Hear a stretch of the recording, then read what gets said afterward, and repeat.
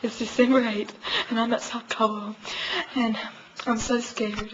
If my family sees this, then I love you, and I miss you, and there it is! What are you guys doing here?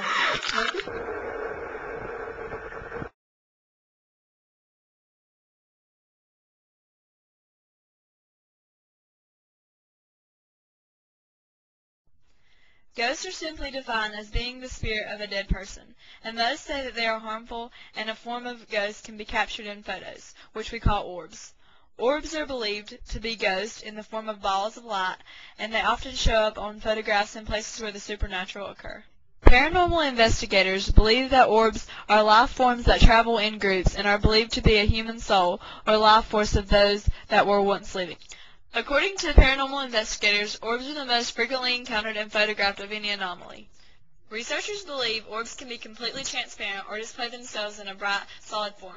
It is said that ghosts come in the form of an orb or a circular form because it takes less energy for the ghost, and so that becomes their manifestation of choice. Sometimes people mistakenly believe that a photograph contains a real orb when in fact it is just a reflection from the camera or possibly just dust on the camera lens.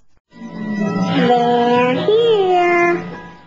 This is supposedly where Tim died when he was working on the school and he failed, and it was supposedly his birthday.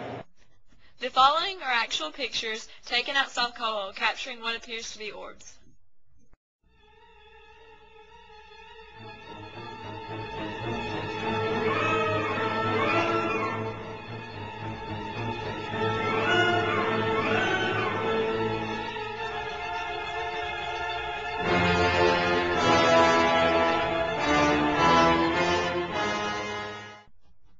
The legend goes that the theater ghost only comes out the night before a play and messes with the electrical system.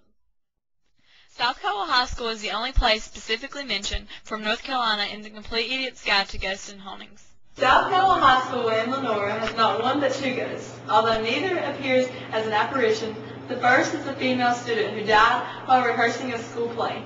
She's now a theater ghost and plays tricks just before opening night at any play, such as moving props backstage and creating havoc with the lights and sets. The other ghost is that of a man who fell down the elevator shaft while working on it one night. The elevator now seems to have a mind of its own. It often goes up and down by itself, sometimes 4 or 5 times, around the hour of its deadly accident. The elevator doors in the school are not to open because of Tim, and so I guess we're going to wait here and see if the elevator door opens today. No. It's not looking too good. We're here with Jordan. She's had an actual encounter with the ghost, the elevator ghost called Tim. Tell us about it, Jordan. Okay, well, last spring we were studying for APU, which I failed, by the way. And we came through that door, and it was 4 of us, I think, coming through here, and we're like, oh, we'll come out because we're expecting it to come out. And right as we got right there, we're like, and it flew open, and we all started crying. This is an actual experience. Okay. What is your scariest experience with Tim? I haven't had any. But I've been like pushed by have you had to do and something? cold then? chills all over you. Okay. When did you first realize that Tim was real? I don't know, that's several years back. What did you do to make you realize it? Just things used to happen, you know, like the elevator, Darn it. and I would get on it, and it would take me up or down with no key or no button. Can you just ask it and then do And it? sometimes I can ask him to do it. A lot of times I will. But here, last few months here, he ain't done nothing.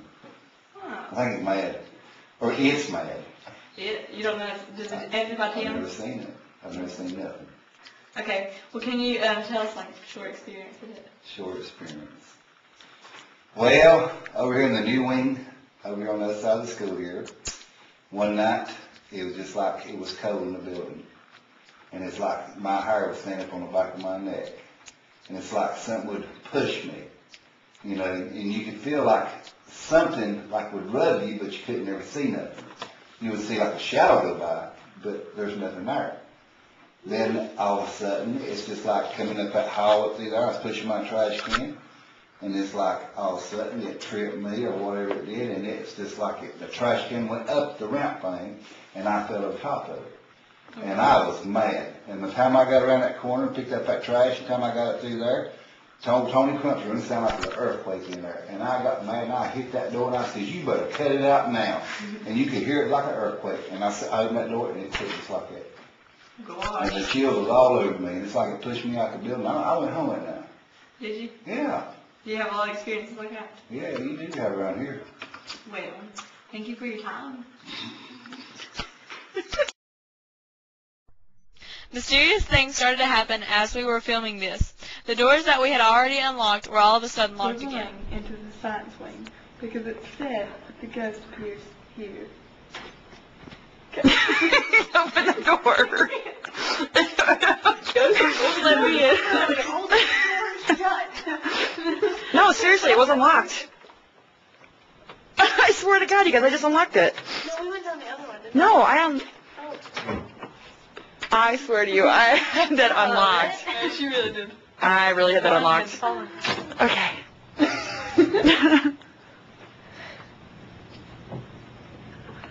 Is that something that's going on in Miss Cook's room? Yeah. You said you had experience with the ghost, like in Miss Cook's room. So what exactly? Turned off the alarm. I came up here to put my lesson plans on for Miss Suttles, and all of a sudden I walked into that door by there, and I didn't hear anything at first, but I stepped to here, and I got that real cold chill on my arms and up my neck, and you could hear about 200 people, it seemed like, down at the end of the other hallway, and all the hair just stood up on my arm, and there was nothing up in Tomlin's and Pinley's room, and I just threw my stuff down and went running out of this building and locked it back up and went to Washington, didn't think much of it. But then same year, there was a student council Western Conference here, and I was walking by. Yeah, I was walking by Miss Cook's room, and I saw a hand on her workstation, and kind of did a double take and walked down to Miss Parham's room to drop something off for a national board project. Yeah. And then I walked back by, and there was nothing there, and I again locked it up, and I think I told Blake George, I saw him first, and told him what had happened, so people wouldn't think I was crazy, but. So would you say it's haunted? Officially, I don't know what the official rule is on saying that, but there's just weird things that happen here that you can't really explain. Something, or maybe someone, was preventing us from using the key to open the elevator. That wasn't until... Oh, my God, please let us get that in camera. That will. Will it open up by itself again?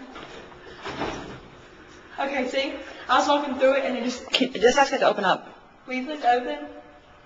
Our key won't work. Tim, now we know you're here, and so you can't just avoid We've made an error. Please work. Oh, my God. Okay. To the commons area? To the commons we go? This is the person's here. Like, I don't know what you're talking about. Okay. Okay, we're going to go on the second floor now. are you sure that really just happened? I'm sure. Okay, you took the key away and it opened. Like, There was one night, there was these two women from the Booster Club, from the band. Yeah. So they was going to go clean up the concession stand back in the back one night. Because they was going to have some kind of a game thing on Saturday, or a band thing, that's what it was. Yeah. And all the lights off downstairs and all in the whole school, you know. Well, about 30 or 40 minutes later, I went back there and checked on them, and they told me that the music was really pretty coming through the walls, you know, like drums, you know. Yeah. And I told them girls, I said, drums? I said, there's nobody here at this school, just me and you. You like that, you know, there's no teachers or nothing. And they said, no, listen. Well, I couldn't hear anything at that time, you know. Yeah. And I said, well, I'll prove it to you. So I took them downstairs and proved it. It was just all pitch dark down there. And they heard music constantly. And they left, and they ain't been back. Oh my gosh. We're looking around in the bedroom. We're trying to find the ghost.